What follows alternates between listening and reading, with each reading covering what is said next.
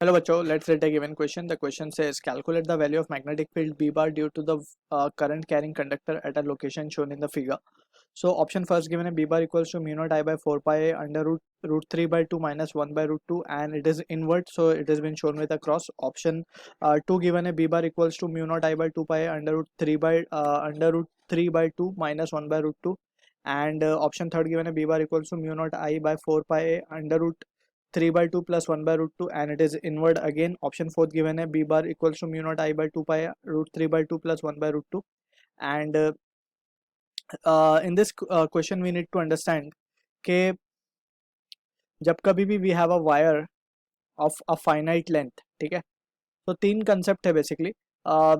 अगर वायर है हमारे पास इनफाइनाइट लेंथ का, ठीक है ना, इनफाइनाइट लेंथ का है और it is carrying a current and at a distance r, if we are interested in finding the magnetic field, so हम क्या लिखेंगे, magnetic field is given by the formula mu not I by 2 pi r. ठीक है. अगर semi infinite length है that means एक end तो हमारे पास है लेकिन दूसरा एंड इज एट इन्फिनिटी, ठीक है ना.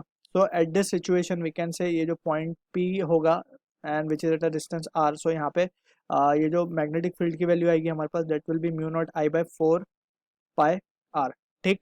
अगर हमारे पास वायर आता है of finite length and this is at a distance r, ये point p, so we need to take the angle subtended, ठीक है ना.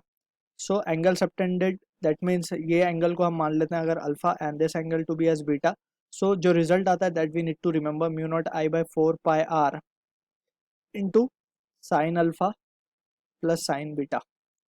ठीक है. So this result is more useful. यही रिजल्ट को we will from this result only we can derive this two part. So ये formula हमें याद रखना होगा कि फाइनाइट लेंथ का अगर वायर है it is carrying a current, so in that scenario we can say जो मैग्नेटिक फील्ड आती है it is given by this expression.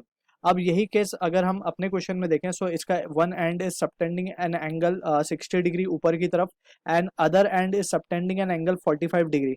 हम यहाँ पे देख सकते हैं and it is to be precise -45 degree आएगा, है ना. 45 तो it is making in the anti clockwise clockwise direction. हमें एंटी क्लॉकवाइज में angles are always measured, so ये angle that is we can say this angle will be -45.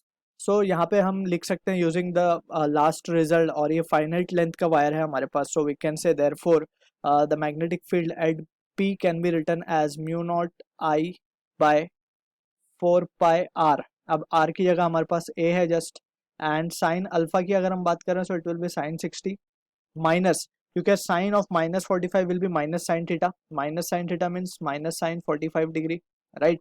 और अगर हम देखें इसका डायरेक्शन, सो डायरेक्शन हमें किससे मिलता है, राइट हैंड थंब रूल से. तो राइट हैंड थंब रूल क्या बोलता है, just we need to point the thumb in the direction of current.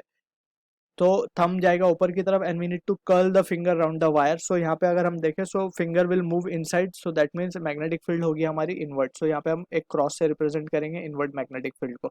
सो अगर हम इसे रिजॉल्व कर लेते हैं तो जो रिजल्ट हमारे पास आएगा that will be mu not I by 4 pi A and sine of 60 is √3/2 और साइन ऑफ माइनस थीटा हमारे को माइनस साइन थीटा मिला and this will be 1/√2 and it will be inward in direction. So from the option हम कह सकते हैं कि जो हमारा ऑप्शन है that will be option A and with a vector sign हम यहाँ पे लगाएंगे because we have shown the direction as well as the magnitude both. So I hope you understood the solution. All the best.